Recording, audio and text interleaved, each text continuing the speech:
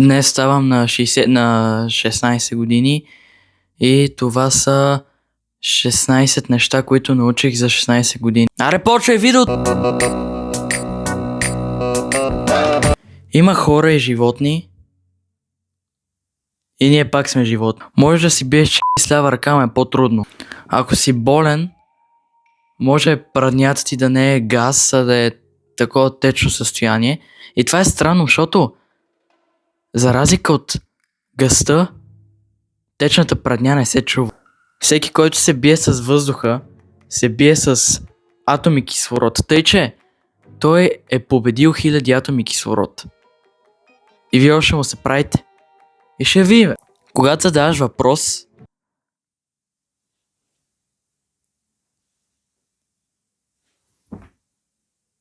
какво става? Има живот след смъртта.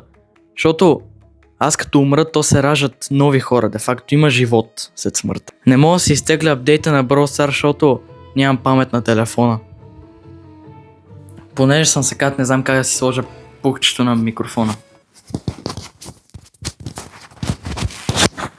Я си еби.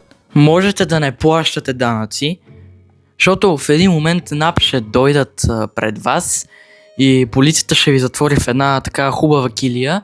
Там имате тоалетна и легло. В смисъл, това е преосъщо. Даже имате и храна и хора се грижат за вас. И животът тогава ще е прекрасен, защото няма плащате данъци. На 12 установих, че съм гей. Отивам на дискотека, ако съм пиян.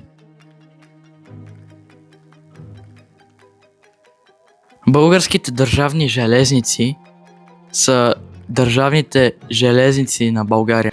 Вчера ми казаха, че съм на 15. Днес ставам на 16.